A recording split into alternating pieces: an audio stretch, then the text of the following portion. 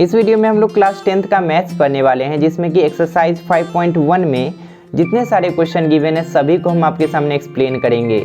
Video को बस आप पूरा देखते रहिए। इस चैप्टर से कोई भी क्वेश्चन आपसे पूछा जाएगा इस एक्सरसाइज से पर्टिकुलरली, तो आप बहुत ही आसानी से आंसर कर पाएंगे। ये चैनल स्पेशली 9th और 10th के लिए मैंने बनाया है। इस चैनल के प्लेलिस्ट में आपको आपके क्लास के सभी वीडियोस मिल जाएंगे। वहाँ पे मैंने सभी को अच्छे से अरेंज करके रख दिया है। आप कभी भी वहाँ पे जाके किसी भी वीडियो को सर्च करके आसानी से देख सकते हैं। प्लेलिस्ट में जाकर आप वीडियोस को देखिए, और अगर हमारे पढ़ाने का तरीका, समझाने का तरीका आपको अच्छा लगता है तो इस चैनल को सब्सक्राइब कर हमें सपोर्ट कीजिए। इससे हमें हेल्प मिलेगी आपके लिए और भी ऐसे ऐसे वीडियोस लाने में।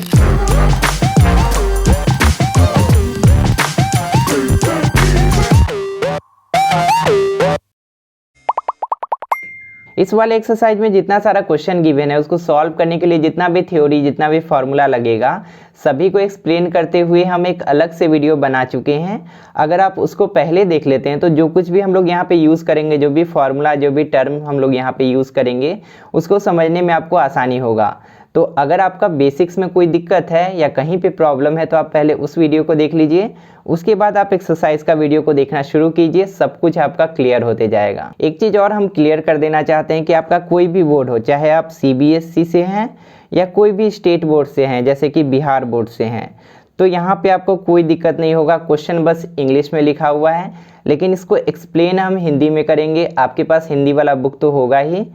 हिंदी वाले बुक में भी सेम क्वेश्चन होता है, डेटा सेम होता है, बस वहाँ पे हिंदी में लिखा गया होता है। तो एक्सप्लेन हम हिंदी में करने वाले ही हैं, आपको बनाना भी हिंदी में ही है। यहाँ पे जो भी हम स्टेटमेंट्स लिखेंगे उसको भी आपको हिंदी में बस लिख देना है। क्या लिखना है हम यहाँ पे बोल दिया करेंगे सब चीज़। इसके फर्स्ट बीट में बोला गया है the taxi fare after each kilometre when the fair is 15 rupees for the first kilometre and 8 rupees for each additional kilometre. यहाँ पे बोला गया है कि अगर कोई टैक्सी का भाड़ा ना 15 किलोमीटर उसका बेस फेयर है, यानी कि फर्स्ट किलोमीटर के लिए आपको 15 रुपया पे करना पड़ेगा। अगर आप 1 किलोमीटर जाते हैं तो आपको 15 रुपया देना ही पड़ेगा। And 8 rupees for each additional kilometre, यानी कि अगर आप 1 किलोमीटर और चले जाते हैं, यानी कि टोटल 2 किलोमीटर्स जाते हैं, तो आपको 15 + 8 करना पड़ेगा, यानी कि हर किलोमीटर के लिए 8 रुपीज़ आपका बढ़ते जाएगा। तो हम लोग को यहाँ पे देखना है कि इससे जो हमें सीरीज़ मिलता है क्या वो AP में है। तो हम लोग सीरीज़ बना के देखते हैं। अगर हम लोग 1 किलोमीटर जाएंगे तो कितना रुपया हम लोग को पे करना पड़ेगा? हम लोग को पे करना पड़ेगा 15 रुपीज़। ठीक है, ये तो क्लियर है। अगर हम लोग 2 किलोमीटर जाते हैं तो कितना पे करना पड़ेगा? 15 रुपीज़ + 8 रुपीज़, इतना हम लोग को पे करना पड़ेगा। उसके बाद अगर हम लोग 3 किलोमीटर जाते हैं तो हम लोग कितना पे करना पड़ेगा? यहाँ पे कितना हो गया? 15 और 8 हो गया 23 रुपीज़। अगर हम लोग 3 किलोमीटर्स जाते हैं तो इसी 23 में और ऐड हो जाएगा, 23 + ₹8 इसमें और ऐड हो जाएगा। तो यहाँ पे कितना रुपीज़ हो जाएगा? ये 8 3 11 और यहाँ पे 31 रुपीज़ हो जाएगा।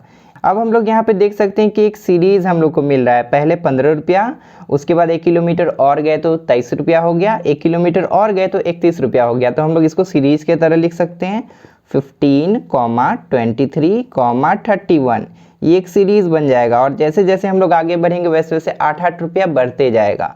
अब यहाँ पे हम लोग को चेक करना है कि क्या ये जो सीरीज़ हम लोग को मिला क्या ये AP है? यही तो हम लोग को बोला गया था ना कि क्या ये AP है, एंड वाई क्यों AP है ये भी हम लोग को बताना है। तो AP में होता कैसे है कोई भी सीरीज़, हम लोग उसका कंडीशन बेसिक्स वाले वीडियो में अच्छे से पढ़े थे। AP में होने के लिए इन दोनों का डिफरेंस और इन दोनों का डिफरेंस सेम होना चाहिए, यानी कि ये जो बढ़ रहा है ना ये समान मात्रा में बढ़ना चाहिए। डिफरेंस अगर अलग अलग आया तो हम लोग बोलेंगे कि AP में नहीं है। तो यहाँ पे चेक कर लेते हैं। यहाँ पे 23 - 15, 23 - 15 करने पर उतना ही आंसर आना चाहिए जितना 31 - 23 करने पर आंसर आता है, यानी कि इन दोनों का डिफरेंस और इन दोनों का डिफरेंस सेम आना चाहिए। तो यहाँ पे करेंगे तो 8 आएगा, ये भी हम लोग का 8 आएगा। और ये तो हम लोग यहाँ से भी देख के बता सकते हैं, 15 से 8 रुपया बढ़ गया, फिर 8 रुपया बढ़ गया, फिर और 1 किलोमीटर जाते तो 8 ही रुपया बढ़ता ना। तो यहाँ पे क्लियर हो जाता है कि ये AP में है। इट इज़ इन AP, ये जो हमारा सीरीज़ मिला यहाँ पे ये AP में है। एक चीज़ और हम लोग से पूछा गया था कि AP में है तो क्यों है? तो इसका आंसर क्या हो जाएगा? Because difference is constant. क्योंकि यहाँ पे डिफरेंस यानी कि अंतर जो है वो समान है। हम लोग एपी में पढ़े थे कि अंतर अगर समान होता है, सेम होता है, कांस्टेंट होता है, तभी उसको हम लोग एपी में बोलेंगे। वही हम इंग्लिश में लिखे हैं, इसको आप हिंदी में भी लिख सकते हैं, क्योंकि सारवंतर समान है। हम लोग डिफरेंस को सारवंतर हिंदी में बोलते हैं। दूसरा जो बिट है उसको हम पहले सॉल्व कर दिए हैं ताकि ज़्यादा समय ना लगे, इसको हम एक्सप्लेन कर देते हैं। यहाँ पे बोला गया है the amount of air present in cylinder when vacuum pump removes 1/4 of the air remaining in the cylinder at a time। अब देखिए यहाँ पे क्या हो रहा है, एक सिलेंडर है, मान लेते हैं कोई एक सिलेंडर है जिसमें कि हवा भरा हुआ है, एयर भरा हुआ है, और उसमें से एक पंप है जो कि हवा को निकाल रहा है। और कितना हवा निकलता है, जितना हवा बचा हुआ रहता है ना उसका 1/4 निकल जाता है, यानी कि 1/4। मान लीजिए इतना हवा बचा हुआ है, मान लीजिए यहाँ पे 8 लीटर्स हवा बचा हुआ है, तो उसका 1/4 निकलेगा पहली बार में। 1/4 निकलने का मतलब क्या हुआ, 8 का 1/4 यानी कि 8 × 1/4 यानी कि 2 लीटर एक बार में निकलेगा। अब अगली बार कितना निकलेगा, एक बार पंप करेगा तो 2 लीटर निकला, अगली बार कितना निकलेगा, बचे हुए का फिर 1/4, यहाँ पे लिखा है ना एयर रिमेनिंग का 1/4, तो बचा हुआ कितना है, यहाँ पे 2 लीटर निकलने के बाद 6 लीटर बचेगा, और फिर उसका 1/4 निकलेगा यानी कि 6 × 1/4। तो कुछ इस तरीके से काम कर रहा है ये जो पंप है। और इसको कैलकुलेट करेंगे तो 3/2 यानी कि 3/2 का मतलब क्या हुआ, 3 का आधा 1.5 लीटर। पहले 2 लीटर निकला था, अब 1.5 लीटर निकला। तो कुछ इस तरीके से पंप काम कर रहा है, बचे हुए का 1/4 पार्ट एक बार में निकाल देता है। अब चलिए हम लोग क्वेश्चन पे आते हैं। यहाँ पे क्या है कि हम लोग को अमाउंट नहीं दिया हुआ है कि कितना लीटर, पहले लीटर में ही होगा ना, एयर जो भरा हुआ है पंप में उसको लीटर में मान लेते हैं, केजी में भी मान सकते हैं। तो मान लेते हैं कि x लीटर या x केजी आपका एयर है। पहली बार जब पंप आउट करेगा तो कितना हवा बचेगा, x था, और उस x का 1/4 निकल गया तो -1/4 ऑफ x कर दिए, तो x का 1/4 निकल गया तो बचा 3/4 ऑफ x। अब देखिए इतना हवा बचा हुआ है उस वाले सिलेंडर में, पंप में नहीं, सिलेंडर में। तो अब इस सिलेंडर में इतना हवा बचा हुआ है, अब इसमें से निकलेगा इसी का 1/4, तो इसमें से हम घटा दिए हैं 3/4 x का 1/4, इतना घटा है, इसको सॉल्व किए तो 9/16 x आया। अब देखिए शुरू में इतना हवा था, उसके बाद उसका 1/4 निकला तो इतना बचा, अब उसका 1/4 और निकला तो इतना बचा। तो यहाँ पे हम लोग को एक सीरीज मिल रहा है जो कि क्या है, x 3/4x और 9/16x।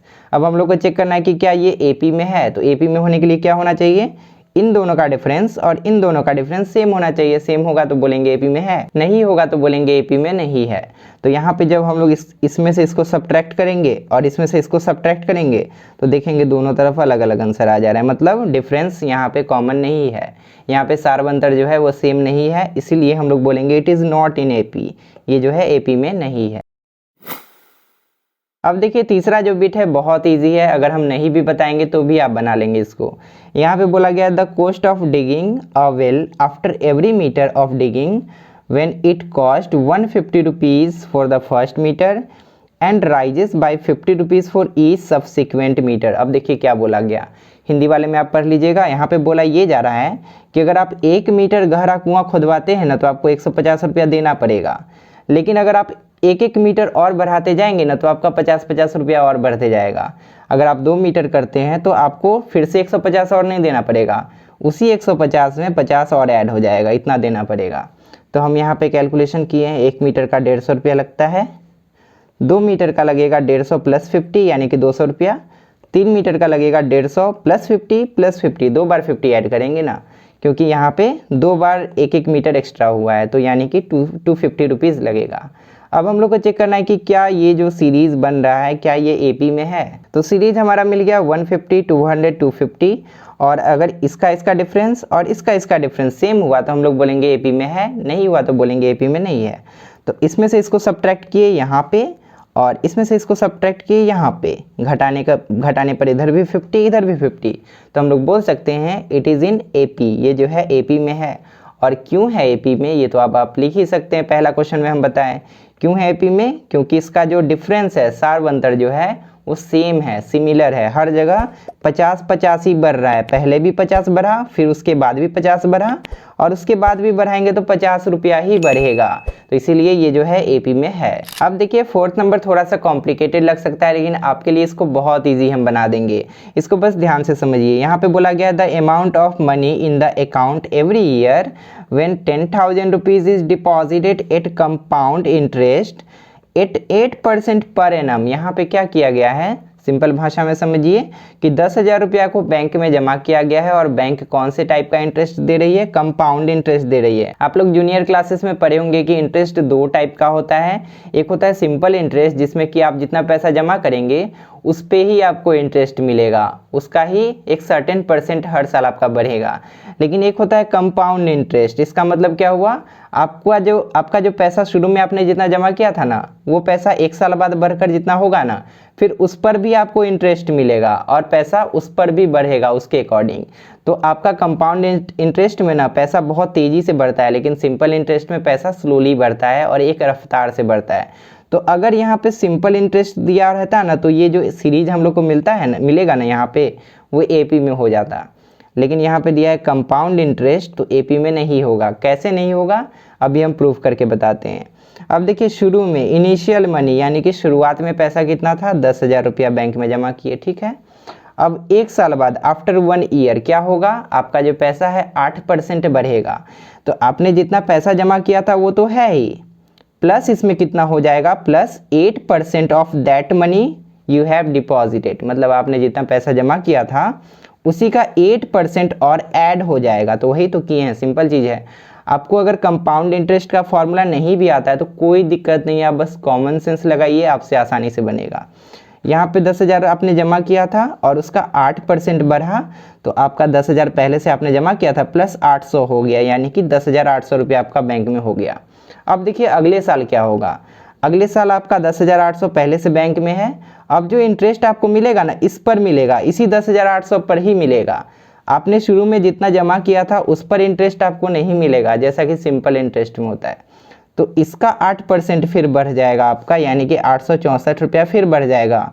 इतना प्लस 864, यानी कि अगले साल आपका फिर 11,664 रुपया हो जाएगा कंपाउंड इंटरेस्ट के केस में।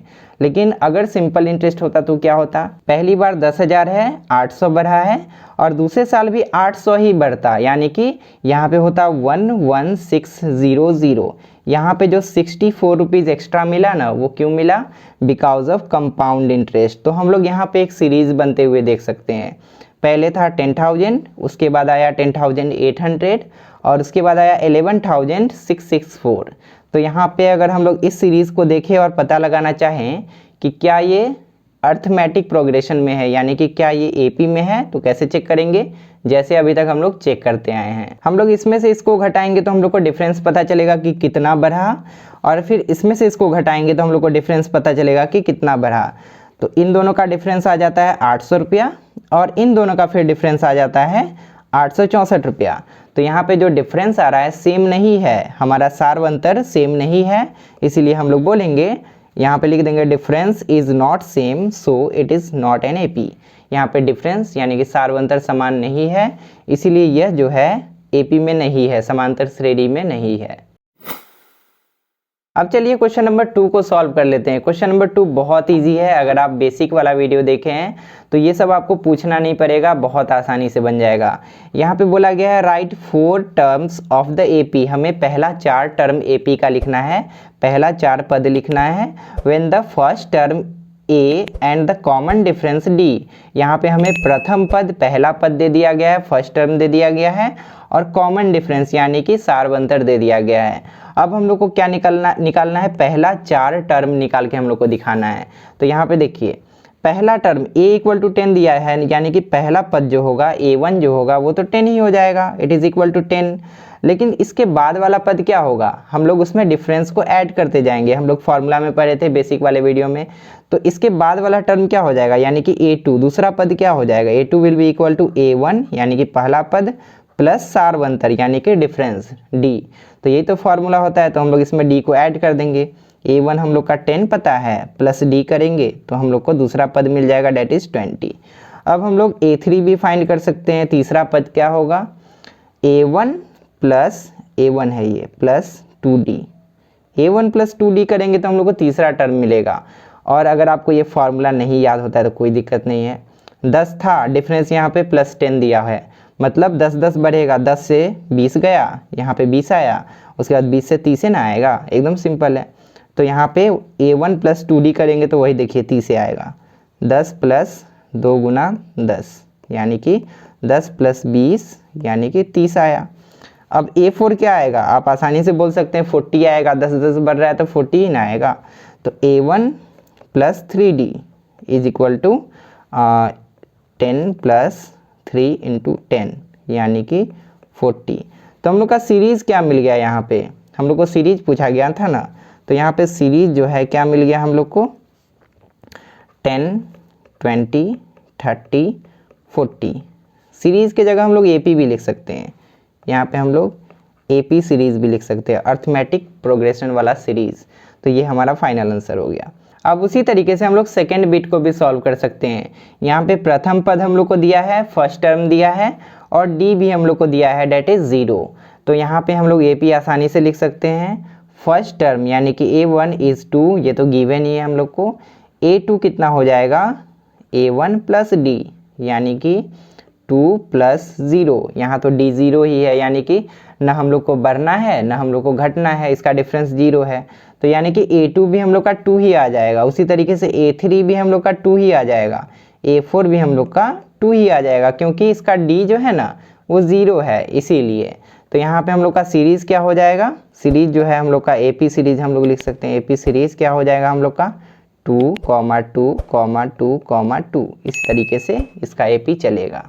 थर्ड बिट को भी हम लोग ऐसे ही फाइंड कर सकते हैं। यहाँ पे A दिया है 4 यानी कि प्रथम पद हम लोग को दे दिया है, पहला टर्म यहाँ पे 4 हो गया, और D = -3 दिया है, यानी कि क्या हुआ कि हम लोग का जो AP बनेगा ना उसमें 3 3 का डिफरेंस होगा, -3 का डिफरेंस होगा, मतलब 3 3 घटाते जाना है हम लोग को। पहला 4 हो गया, उसके बाद 3 घटाएंगे तो 1 आएगा, फिर 3 घटाएंगे तो -2 आएगा, फिर 3 घटाएंगे तो -5 आएगा। बस हम लोग फार्मूला पर सेट कर दिए ताकि एग्जामिनर को खुश कर सके एग्जाम में। बस कॉमन सेंस लगा के आप आसानी से लिख भी सकते हैं। तो यहाँ पे 4 है, उसके बाद 1, उसके बाद -2, उसके बाद -5, एकदम सिंपल था, ये हम लोग का AP हो गया। उसके बाद यहाँ पे भी हम लोग ऐसे ही बना सकते हैं। प्रथम पद हम लोग का गिवन है, फर्स्ट टर्म गिवन है क्या, A1 = -1 और D = 1/2, प्लस में है ना, यानी कि 1/2 1/2 करके बढ़ाना है हम लोग को। 1/2 का मतलब क्या होता है, आधा, तो आधा आधा हम लोग को बढ़ाना है। यहाँ पर ध्यान रखने वाला चीज़ है कि आपका फॉर्मूला सही से फिट करना है आपको एग्जाम में, और यहाँ पे प्लस माइनस सही से करना है, क्योंकि फ्रैक्शन है और फ्रैक्शन के साथ प्लस और माइनस का कॉम्बिनेशन है, तो आपको अच्छे से सॉल्व करना है यहाँ पे। अगर आप यहाँ पे गलती करेंगे तो आपका आंसर नहीं आएगा। तो ऐसे बना लेने के बाद, फॉर्मूला को सेट करके बना लेने के बाद आप एग्जाम में क्या कीजिएगा, आप साथ साथ में थोड़ा सा कॉमन सेंस लगा के भी देख लीजिएगा कि -1 है और उसमें +½ हुआ है, तो -1 में जब +½ होगा तो -½ बचेगा। उसी तरीके से -½ में जब +½ करेंगे तो फिर 0 हो जाएगा, और फिर 0 में +½ करेंगे तो फिर ½ हो जाएगा। इस तरीके से आपको थोड़ा सा अपना दिमाग लगा के भी चेक कर लेना है, और फार्मूला तो आपको आंसर दे ही देगा। पांचवा बिट जो है इसको भी देख लीजिए। यहाँ पे पहला पद यहाँ पे गिवन है -1.25 और डिफरेंस है -0.25। इसका मतलब क्या हुआ, 0.25 कर करके हम लोग को घटाना है, उतना घटाते जाना है और हम लोग को अगला टर्म मिलते जाएगा। इसमें हम लोग इतना घटाएंगे तो हम लोग को नेक्स्ट मिलेगा, फिर उस नेक्स्ट में फिर इतना घटाएंगे तो उसके बाद वाला मिलेगा, बस वही करते जाना है। तो यहाँ पे फर्स्ट टर्म हम लोग को इतना मिला, फॉर्मूला में सेट किए A1 + D, हम लोग D को प्लस करेंगे फॉर्मूला के हिसाब से, लेकिन यहाँ पे प्लस करना है, बट हम लोग को जिसको प्लस करना है ना वो खुद नेगेटिव है, तो ये प्लस और माइनस दोनों मिलके माइनस बन जाएगा, और यहाँ पे कुछ ऐसा हो जाएगा -1.25 और -0.25, और जब इसको सॉल्व करेंगे तो दोनों जुड़ जाएगा, सेम सिंबल वाला है ना, और हमें आंसर दे देगा -1.50, या इसको हम लोग -1.5 भी लिख सकते हैं, क्योंकि 0 लास्ट में उसका वैल्यू नहीं है। अब यहाँ पे इसको भी हम लोग सॉल्व करेंगे तो ये प्लस माइनस माइनस हो जाएगा और आंसर हम लोग को इतना मिलेगा। यहाँ पे भी प्लस माइनस माइनस हो जाएगा, आंसर इतना मिलेगा। अगर आप यहाँ पे ब्रैकेट नहीं देंगे ना, डायरेक्ट आप लिख देंगे तो आपका गलत हो सकता है। इसीलिए अगर कोई नेगेटिव नंबर के साथ आपको कैलकुलेशन करना है तो आपको ब्रैकेट के अंदर उसको रखना पड़ेगा ताकि गलती नहीं हो। तो आपको यहाँ पे इसका AP जो है ये कुछ मिल जाएगा, इस तरीके से आप इसको आंसर में लिख सकते हैं।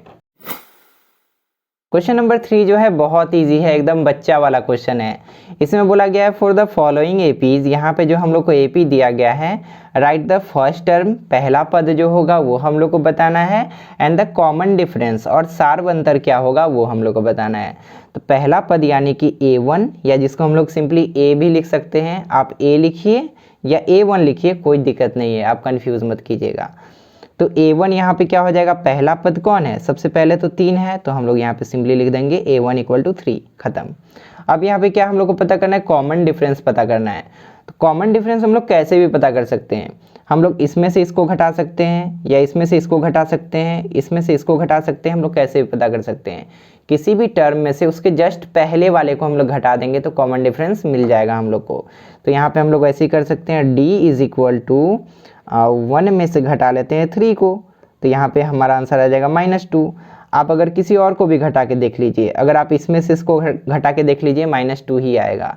-3 में से अगर आप घटाएंगे किसको, -1 को, तो देखिए यहाँ पे ब्रैकेट देना पड़ा ना, घटाएंगे तो आपका आंसर कितना आ जाएगा, -3 और +1, यानी कि फाइनल आंसर -2 ही आएगा, जो कि हम लोग को यहाँ पे भी मिला था। तो इस तरीके से आप सार्वंतर यानी कि डिफरेंस पता कर सकते हैं।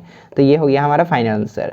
दूसरा जो बिट है उसमें भी हम लोग का A क्या हो जाएगा, A या A1 कुछ भी हम लोग लिख सकते हैं।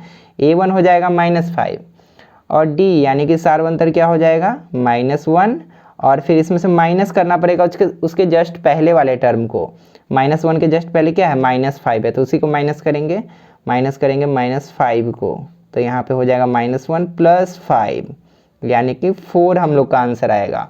तो यहाँ पे जो डिफरेंस है 4 है, प्लस में 4 है, तो देखिए यहाँ पे 4 बढ़ भी रहा है ना, +4 +4 +4 ऐसे करके आपका AP बना हुआ है। तीसरा जो बिट है वो भी बहुत सिंपल है। यहाँ पे पहला पद यानी कि फर्स्ट टर्म हो जाएगा 1/3, और डिफरेंस निकालने के लिए हम लोग किसी पद में से उसके जस्ट पहले वाले को घटा सकते हैं।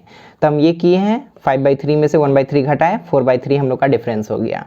उसके बाद यहाँ पे भी पहला पद, प्रथम पद, फर्स्ट टर्म हम लोग का 0.6, और डिफरेंस निकालने के लिए हम लोग इसमें से इसको घटा सकते हैं, तो ये हो जाएगा 1.7 minus 0.6, it is equal to 1.1, ये हमारा डिफरेंस हो गया। इस वाले क्वेश्चन में हम लोग को बहुत सारे सीरीज दिए गए हैं, और हम लोग को उसको पहचान के बताना है कि क्या वो AP में है या नहीं। AP में होने का कंडीशन हम आपको पढ़ा चुके हैं कि अगर कोई सीरीज AP में होता है ना, तो उसका जो डिफरेंस होता है, कॉमन डिफरेंस, सारबंदर जिसको हम लोग हिंदी में बोलते हैं, वो हर जगह सेम आता है। यानी कि इन दोनों का डिफरेंस, इन दोनों का डिफरेंस, इन दोनों का डिफरेंस हमेशा सेम आएगा। वही हम यहाँ पे लिखे हैं कि दूसरा पद माइनस पहला पद करेंगे तो जितना आंसर आएगा उतना ही आंसर आना चाहिए तीसरा पद माइनस दूसरा पद करने पर, उतना ही आंसर आना चाहिए चौथा पद माइनस तीसरा पद करने पर। इंग्लिश में अगर बोले CBSE वालों के लिए, तो यहाँ पे क्या हो जाएगा, second term minus first term should be equal to third term minus second term should be equal to fourth term minus third term. ये जो डिफरेंस है हमेशा सेम रहना चाहिए। डिफरेंस अगर अलग अलग हुआ तो हम लोग उसको AP में नहीं बोल सकते हैं। बस वही हम लोग यहाँ पे चेक करके देखेंगे। पहला यहाँ पे सीरीज जो दिया गया है उसमें क्या क्या है, 2 है, 4 है, 8 है, 16 है, तो चेक करके देख लेते हैं। यहाँ पे 4 - 2 पहले करेंगे, कितना होगा, 4 - 2, it should be equal to 8 - 4, ये जो दूसरा है 8 - 4, and it should also be equal to 16 - 8, 16 - 8। अब देखते हैं कि सब इक्वल आता है या नहीं। तो यहाँ पे 4 - 2 करेंगे तो 2 आया, यहाँ पे 8 - 4 करेंगे तो 4 आया, अरे अलग अलग आ रहा है। 16 - 8 करेंगे तो 8 आ गया, मतलब इन दोनों के बीच का डिफरेंस अलग है, इन दोनों के बीच का डिफरेंस अलग है, और इन दोनों के बीच का डिफरेंस अलग है, मतलब इसको हम लोग AP में बिल्कुल नहीं बोल सकते हैं। यहाँ पे हम लोग लिखेंगे it is not in AP। क्यों नहीं है, क्या ये भी पूछा है? नहीं, ये नहीं पूछा है। अगर AP में होता तो एक चीज़ हम लोग को और पूछा गया है कि हमें कॉमन डिफरेंस बताना था, D का मान बताना था, सार्वंतर बताना था, एंड राइट 3 मोर टर्म्स, और इसके बाद आने वाला 3 और पद हम लोग को लिखना था। तो AP में होता तभी ना हम लोग लिखते। ये जो पहला क्वेश्चन था AP में नहीं है, तो इसको रहने देते हैं। सेकेंड बिट को भी हम लोग वैसे ही सॉल्व कर सकते हैं। यहाँ पे पहले है 2, उसके बाद 5/2, उसके बाद 3, उसके बाद 7/2। हर दो टर्म के बीच का डिफरेंस सेम होना चाहिए, तो वही हम लोग यहाँ पे डिफरेंस निकाले हैं। 5/2 - 2 करके यहाँ पे, उसके बाद 3 - 5/2 करके यहाँ पे, उसके बाद 7/2 माइनस 3 करके यहाँ पे, और जब इसको सब्ट्रैक्ट किए ना तो हमारा हर जगह आंसर 1/2 1/2 1/2 ही आ रहा है। तो इसका मतलब हम लोग लिख सकते हैं it is in AP, AP में है। और इसका अगला 3 टर्म हम लोग को निकालना है, यानी कि इसके बाद क्या होगा, फिर उसके बाद क्या होगा और फिर उसके बाद क्या होगा, तो वैसे ही हम लोग निकालेंगे। इसके जस्ट बाद वाला पता करने के लिए हम लोग 1/2 ऐड कर देंगे, प्लस 1/2 हम लोग कर देंगे, तो यहाँ हम लोग को मिल जाएगा 4। फिर उसके जस्ट बाद वाला निकालने के लिए फिर 1/2 प्लस करेंगे तो हो जाएगा 9/2। फिर उसके जस्ट बाद वाला निकालने के लिए फिर 1/2 प्लस करेंगे तो मिल जाएगा हम लोग को 5। इस तरीके से हम लोग नेक्स्ट 3 टर्म्स भी पता करके बता सकते हैं। तीसरा बिट जो है उसी तरीके से बनेगा, लेकिन यहाँ पे आपको प्लस माइनस का खास ध्यान रखना है। अगर आप प्लस माइनस का ध्यान नहीं रखते हैं तो आपको 0 मार्क्स मिल जाएगा एग्जाम में। तो यहाँ पे आप ध्यान से समझिए। यहाँ पे तो ये पहले हम लोग को कहानी लिख देना है कि हाँ ऐसा हम लोग को पता है, एपी में है तो ऐसा होना चाहिए। और हम लोग क्या करेंगे, इसी फॉर्मूला के हिसाब से सबको बैठा देंगे, इतना माइनस इतना, इतना माइनस इतना और इतना माइनस इतना, और सबको इक्वल करेंगे। अब देखिए इतना माइनस करना है इतना को, और जिसको माइनस करना है ना वो खुद नेगेटिव है ना। और नेगेटिव नंबर को जब माइनस करते हैं ना तो माइनस माइनस प्लस हो जाता है, जो कि यहाँ पे दूसरे स्टेप में हम किए हैं। तो यहाँ पे ये हो गया, ऐसा से ऐसा सॉल्व हो गया, इसको सॉल्व करके ऐसा लिख दिए और इसको सॉल्व करके ऐसा लिख दिए। अब जब फर्दर सॉल्व करेंगे ना तो हर तरफ हम लोग को -2 -2 -2 ही दिखाई देगा। इसका मतलब ये हुआ कि ये जो सीरीज है ना हम लोग का गिवन, ये एपी में है, हम लोग का आंसर हो जाएगा इट इज़ इन एपी। और यहाँ पे कॉमन डिफरेंस क्या होगा, सारवंतर क्या होगा, कॉमन डिफरेंस हम लोग का हो जाएगा -2, क्योंकि यहाँ पे 2 घट रहा है। आप ध्यान से देखिए 2 घट रहा है। न्यूमेरिक वैल्यू हम लोग को बड़ा लग रहा है लेकिन यहाँ पे घट रहा है एक्चुअल में, क्योंकि माइनस में नंबर है ना, माइनस में जितना बड़ा नंबर होता है वो एक्चुअल में उतना ही छोटा होता है। तो यहाँ पे घट रहा है, -2 हो रहा है, हम लोग का कॉमन डिफरेंस मिल गया। और हम लोग को 3 मोर टर्म्स भी लिखने थे, यानी कि 3 एक्स्ट्रा पद भी लिखना है। तो इसके बाद -2 करके हम लोग पता लगा सकते हैं, -9.2 हो जाएगा। फिर -2 करेंगे तो -11.2 हो जाएगा, और फिर -2 करेंगे तो -13.2 हो जाएगा, जिसको हम यहाँ पे लिखे हैं। इस तरीके से आप इस क्वेश्चन को सॉल्व कर सकते हैं। फोर्थ बिट भी देख लीजिए, बहुत इजी है। जैसे हमने पिछले क्वेश्चन को सॉल्व किया वैसे ही इसको भी सॉल्व करेंगे, और यहाँ पे भी प्लस माइनस का ध्यान रखना है। यहाँ पे डिफरेंस निकालने के लिए इसमें से इसको सब्ट्रैक्ट करना है, इसमें से इसको सब्ट्रैक्ट करना है, और इसमें से इसको सब्ट्रैक्ट करना है। यहाँ पे माइनस और माइनस दोनों मिलके हम प्लस बना दिए हैं पहले ही। एक स्टेप यहाँ पे स्किप किए हैं ताकि आप खुद से करिए तो आपको भी समझ में आएगा। तो एक स्टेप आप खुद से करिएगा, उसके बाद आप यहाँ पे पहुँचिएगा और आगे जाइएगा तो आपको मिलेगा हर तरफ 4। इसका मतलब है कि ये जो है यहाँ पे जो सीरीज गिवन है ये एपी में है। हम लोग का कॉमन डिफरेंस यानी कि सारवंतर जो है वो 4 आ गया। और हमारा अगला 3 पद निकालने के लिए हम लोग को क्या करना पड़ेगा, नेक्स्ट 3 टर्म्स निकालने के लिए क्या करना पड़ेगा, इसी कॉमन डिफरेंस को ऐड करना पड़ेगा।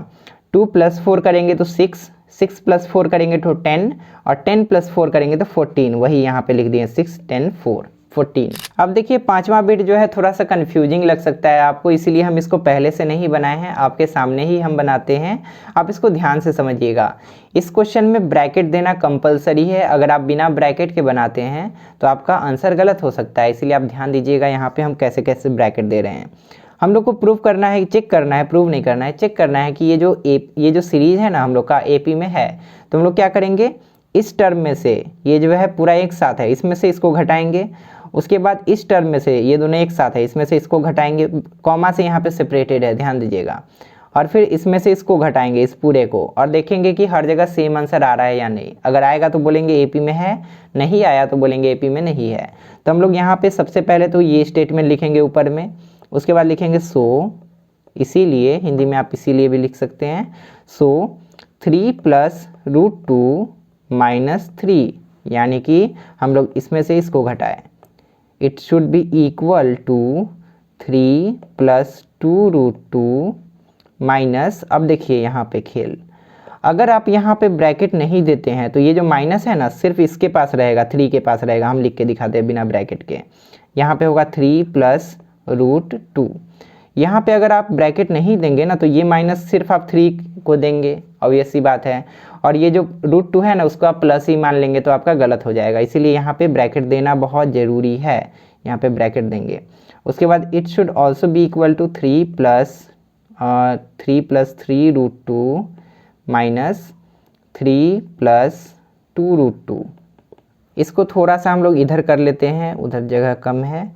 अब यहाँ पे आगे हम लोग क्या कर सकते हैं, इसको जब हम लोग सॉल्व करेंगे ना तो यहाँ पे 3 प्लस में है और 3 माइनस में है, यानी कि ये दोनों खत्म हो जाएगा, हम लोग का सिर्फ √2 बचेगा।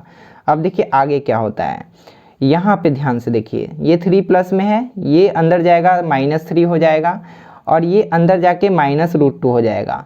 तो ये +3 -3 खत्म हो गया दोनों, और प्लस में 2√2 और माइनस में √2, ये माइनस इसको मिल गया ना, तो प्लस में 2√2 और -√2, दो गो √2 में से एक √2 घटेगा तो सिर्फ √2 ही बचेगा ना, सिंपल है। ये दोनों तो ऑलरेडी खत्म हो चुका है तो सिर्फ √2 हम लोग यहाँ पे लिखेंगे। अब उसके बाद यहाँ पे अगर हम लोग सॉल्व करेंगे तो यहाँ पे भी वही आंसर हम लोग को मिलेगा। ध्यान से देखिए, यहाँ पे ब्रैकेट हम नहीं दिए थे, यहाँ पे ब्रैकेट देना पड़ेगा।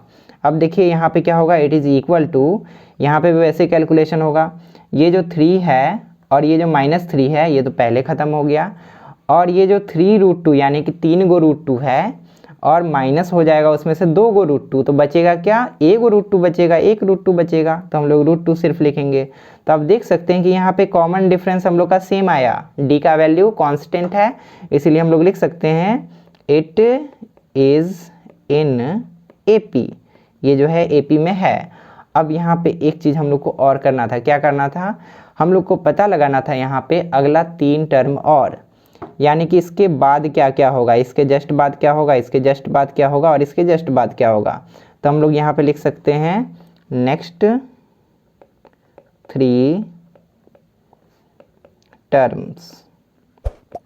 नेक्स्ट 3 टर्म्स में हम लोग क्या क्या लिख सकते हैं, 3 + 3√2 था और इसमें हम लोग एक √2 ऐड कर देंगे तो क्या हो जाएगा, 3 + 4√2। इसके जस्ट बाद क्या आएगा, 3 + 4√2 आएगा। फिर उसके जस्ट बाद क्या आएगा, उसके जस्ट बाद आएगा 3 + 5√2, एक √2 और ऐड हो जाएगा। उसके जस्ट बाद क्या आएगा, यहाँ पे इक्वल टू हम लोग नहीं दे सकते हैं, आप ध्यान दीजिएगा, यहाँ पे हम लोग इक्वल टू नहीं दे सकते हैं, कॉमा दीजिए, उसके बाद ये लिखिए, फिर कॉमा दीजिए, उसके बाद ये लिखिए 3 + 6√2। हम लोग √2 ऐड करते जाएंगे, हम लोग को नेक्स्ट टर्म्स मिलते जाएगा। तो हम लोग को जो नेक्स्ट 3 टर्म्स पूछा था ना, उसका आंसर आपका ये हो जाएगा। छठा बिट भी थोड़ा सा कॉम्प्लिकेटेड आपको लग सकता है क्योंकि पॉइंट में दिया गया है, आपको यहाँ पे सब्ट्रैक्शन अच्छे से करना होगा। यहाँ पे देखिए, पहले तो हम लोग ये कहानी लिख देंगे ऊपर में, उसके बाद लिखेंगे सो इतना माइनस इतना शुड बी इक्वल टू इतना माइनस इतना शुड बी इक्वल टू इतना माइनस इतना, सब बराबर होना चाहिए।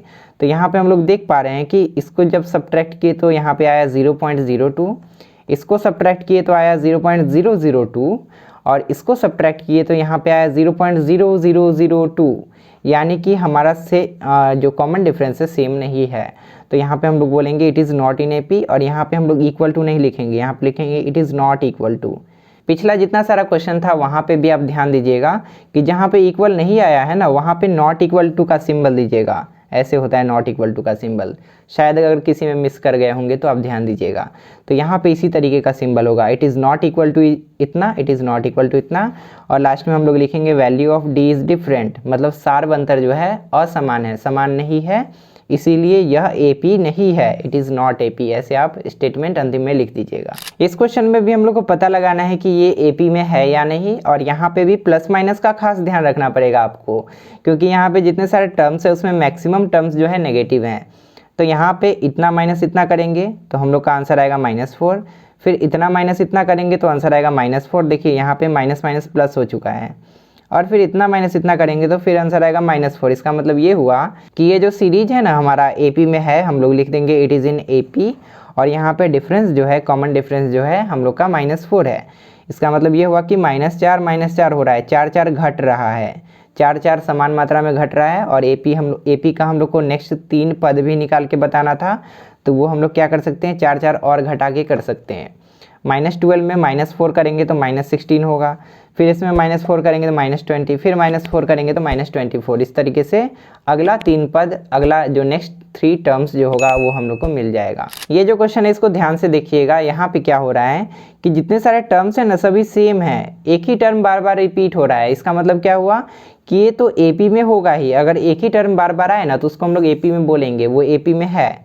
लेकिन यहाँ पे कॉमन डिफरेंस जो होगा ना वो 0 आएगा, आप प्रॉपरली इस वाले फॉर्मूला पे बैठाइएगा। तो यहाँ पे माइनस माइनस प्लस हो जाएगा बीच में, यहाँ पे प्लस, यहाँ पे प्लस, और माइनस में वही और प्लस में वही दोनों मिलके 0 आ जाएगा। सिंपल चीज़ है। तो यहाँ पे 0 0 0 आया, हम लोग लिखेंगे इट इज़ इन AP में है, और नेक्स्ट 3 टर्म्स भी वही होगा, क्योंकि ना थोड़ा सा भी बढ़ रहा है ना थोड़ा सा भी घट रहा है। तो वही अगला 3 पद जो है वही हो जाएगा, -1/2, -1/2 और उसके बाद भी -1/2। इस वाले क्वेश्चन में कोई नंबर नहीं दिया हुआ है, हम लोग को अलजेब्रिक एक्सप्रेशन दिया गया है और हम लोग को बताना है कि क्या ये AP में है। तो हम लोग क्या करेंगे, बिल्कुल उसी तरीके से बनाएंगे जैसे कि पहले हम लोग बनाए हैं। अलजेब्रा है तो क्या हम लोग कोई भी भेदभाव नहीं करेंगे, हम लोग सबको समान मानते हैं, है कि नहीं। तो यहाँ पे हम लोग क्या करेंगे, सबसे पहले तो वही कहानी लिख देंगे, उसके बाद हम लोग वही चीज़ करेंगे, इसमें से इसको घटाएंगे, फिर इसमें से इसको घटाएंगे और फिर इसमें से इसको घटाएंगे और देखेंगे कि क्या डिफरेंस सेम आ रहा है या नहीं। तो यहाँ पे 2A में से एक A घटा तो बचेगा A, 3 गो A में से 2 गो A घटा तो बचेगा A, और 4 गो A में से 3 गो A घटा तो फिर से बचेगा A। इसका मतलब ये हुआ कि यहाँ पे कॉमन डिफरेंस सेम आ रहा है, तो इसको हम लोग बोलेंगे इट इज़ इन AP, यह AP में है। और यहाँ पे डिफरेंस कितना है, डिफरेंस A है, कॉमन डिफरेंस क्या है, A है। A करके यहाँ पे प्लस होते जा रहा है। और उसके बाद अगला 3 टर्म क्या हो जाएगा, देखिए ध्यान से, A, उसके बाद 2A, उसके बाद 3A, उसके बाद 4A, उसके बाद क्या होगा 5A, 6A, 7A। तो वही यहाँ पे लिख दिए 5A, 6A, 7A। अगर आप प्लस करके भी देखते हैं, 4A में A ऐड करेंगे तो 5A ही होगा, वही हम यहाँ पे लिखे हैं। इसमें ऐड करेंगे A तो 6A ही होगा, और 6A में फिर ऐड करेंगे A तो 7A ही होगा। तो ये आपका फाइनल आंसर हो गया। अब इसमें हमें थोड़ा सा कॉम्प्लिकेटेड अलजेब्रिक एक्सप्रेशन दे दिया गया है, स्क्वायर वाला दे दिया गया है, और हम लोग को बोला गया कि बताइए AP में है या नहीं। चलिए बनाते हैं। अब देखिए यहाँ पे भी हम लोग वही चीज़ करेंगे, इसमें से इसको घटाएंगे, इसमें से इसको घटाएंगे और इसमें से इसको घटाएंगे और देखेंगे कि क्या सेम आ रहा है या नहीं। पहले तो ये स्टेटमेंट आपको लिख देना है, उसके बाद यहाँ पे घटाना है। अब देखिए पहला जो लाइन है हम लिख चुके हैं, उसके बाद क्या होगा, A² - A करना है। अब देखिए बहुत सारे बच्चे यहाँ पे क्या करेंगे, A² - A को A लिख देंगे, फिर A³ - A² को A लिख देंगे, और फिर A⁴ - A³ को फिर A लिख देंगे और बोलेंगे हाँ AP में है। लेकिन ऐसा नहीं होगा, ये पावर में है ना, और ये एक पावर वाला है। अगर पावर में डिफरेंस होता है तो हम लोग प्लस माइनस नहीं कर सकते हैं, यहाँ पे हम लोग को कॉमन लेना पड़ेगा। ये जो है ना, यहाँ पे कॉमन हो जाएगा A और अंदर बचेगा A-1। उसी तरीके से यहाँ पे A² कॉमन होगा, अंदर में बचेगा A-1, और यहाँ पे A³ कॉमन होगा और अंदर में बचेगा A-1। ध्यान से देखिए कैसे कैसे कॉमन लिए, यहाँ से A कॉमन लिए तो इसमें से भी A निकल गया, इसमें से भी A निकल गया, तो यहाँ पे बचा A और यहाँ पे बचा 1। उसी तरीके से यहाँ पे A² निकाल लिए और इसमें से भी A² निकाल लिए, तो यहाँ पे बचा A और यहाँ पे बचा 1। उसी तरीके से यहाँ पे A³ निकाल लिए और यहाँ पे से भी A³ निकाल लिए, तो यहाँ पे बचा A और यहाँ पे बचा 1। तो वही चीज़ तो यहाँ पे किए है ना, हर जगह A-1 अंदर में बचा, लेकिन बाहर में अलग अलग आ रहा है। इसका मतलब ये हुआ कि A-1 यहाँ पे किसी और चीज़ से गुना हो रहा है, A-1 किसी और चीज़ से गुना हो रहा है, और यहाँ पे A-1 किसी और चीज़ से गुना हो रहा है।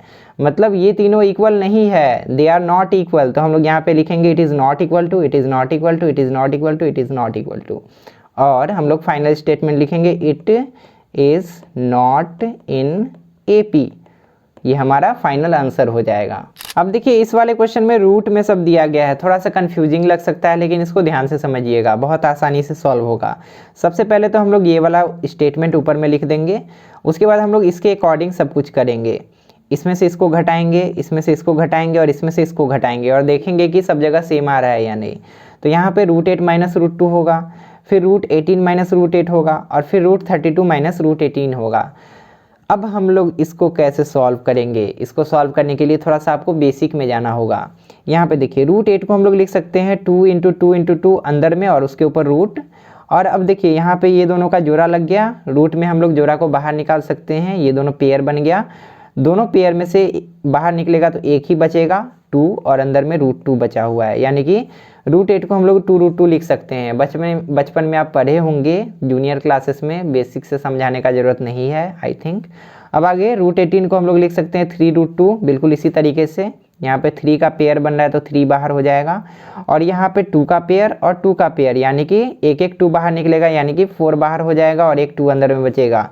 तो √32 को हम लोग लिख पाएंगे 4√2। अब देखिए उसी तरीके से यहाँ पे लिख देते हैं, इसको हम लोग लिख सकते हैं 2√2 - √2 इक्वल टू, यहाँ पे 18 को क्या लिख सकते हैं 3√2 - 8 को लिख सकते हैं 2√2, और इक्वल टू यहाँ पे 32 को क्या लिख सकते हैं 4√2 माइनस 3√2, 18 को तो 3√2 लिखते हैं। अब यहाँ पे जब घटाएंगे ना तो अब आसानी से घट सकता है, ये सब्ट्रैक्ट हो सकता है। तो अब देखिए 2√2 में से √2 घटाएंगे, यानी कि 2 गो √2 में से 1 गो √2 घटाएंगे तो 1 गो √2 बचेगा ना। आप कॉमन लेके भी बना सकते हैं, लेकिन आपको सबसे सिंपल तरीका बता रहे हैं। यहाँ पे क्या हो सकता है, ये हो जाएगा √2 सिर्फ बचेगा। अब यहाँ पे 3 गो √2 में से आपको 2 गो √2 घटा देना है तो बचेगा 1 गो √2 आपका बचेगा, तो यहाँ भी √2 आया। उसके बाद यहाँ पे 4 √2 में से 3 √2 घटा देना है तो क्या बचेगा आपका 1 √2 आपका आंसर बचेगा, तो यहाँ पे भी √2 ही आया। तो हम लोग बोल सकते हैं कि दे आर इन AP। यहाँ पे जो हम लोग को टर्म मिला वो AP में है, और हम लोग यहाँ पे स्टेटमेंट लिखेंगे इट इज़ इन AP। यहाँ पे D हम लोग का क्या हो गया √2 हो गया। अब यहाँ पे हम लोग को नेक्स्ट 3 टर्म्स भी पता करना था, यानी कि अगला 3 पद भी हम लोग को पता करके बताना है। तो इसके जस्ट बाद क्या आएगा वो पता करने के लिए हम लोग क्या करेंगे √2 ऐड करेंगे, फिर उसके जस्ट बाद पता करने के लिए फिर से √2 ऐड करेंगे, और फिर उसके जस्ट बाद वाला पता करने के लिए फिर से √2 ऐड करेंगे। तो सिंपल है, यहाँ पे √32 में हम लोग को ऐड करना है ना, तो √32 को हम लोग क्या लिख सकते हैं 4√2। अब देखिए 4√2 में जब हम लोग √2 ऐड करेंगे तो कितना आ जाएगा आंसर 5√2 आ जाएगा। ठीक है, एक तो पहला पद हो गया 5√2, इसके बाद वाला पहला जो है 5√2 हो गया। फिर इसके जस्ट बाद कौन होगा 5√2 के जस्ट बाद कौन होगा, आप कैलकुलेशन कर सकते हैं। 5√2 के बाद जस्ट बाद होगा 6√2, और इसके जस्ट बाद होगा 7√2। तो इस तरीके से आप इसके बाद वाला 3 टर्म्स आसानी से फाइंड करके लिख सकते हैं।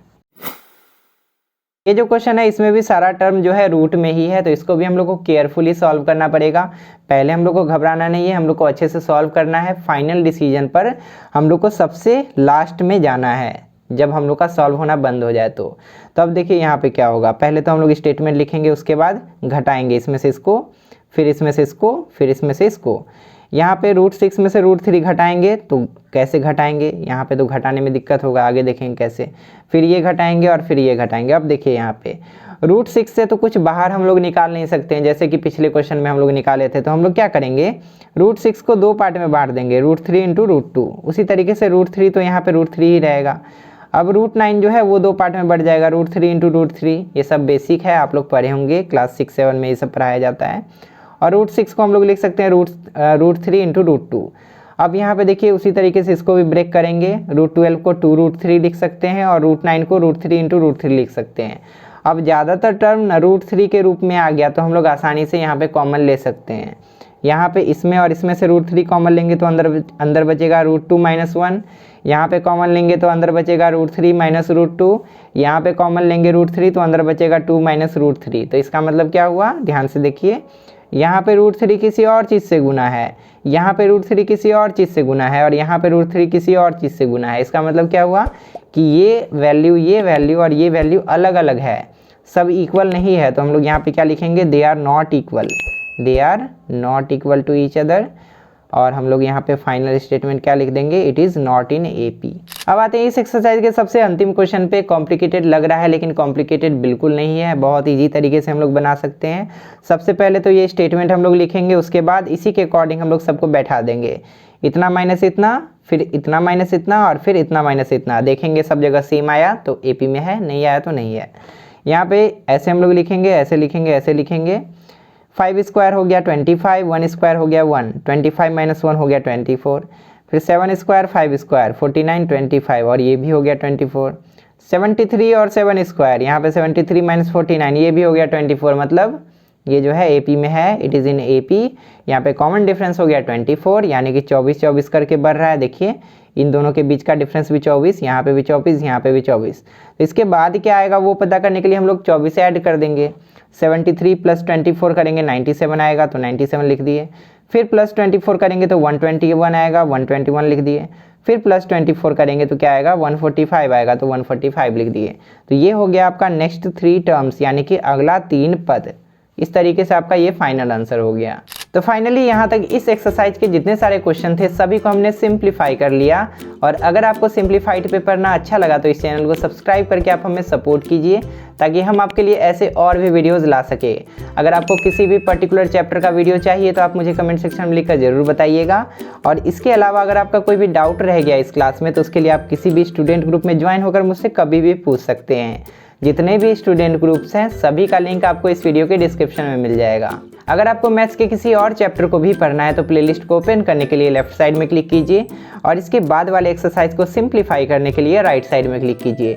फिलहाल इस वीडियो में इतना ही, मिलते हैं अगली वीडियो में एक नए टॉपिक के साथ। तब तक के लिए अपना ध्यान रखिए और अच्छे से पढ़ाई करते रहिए।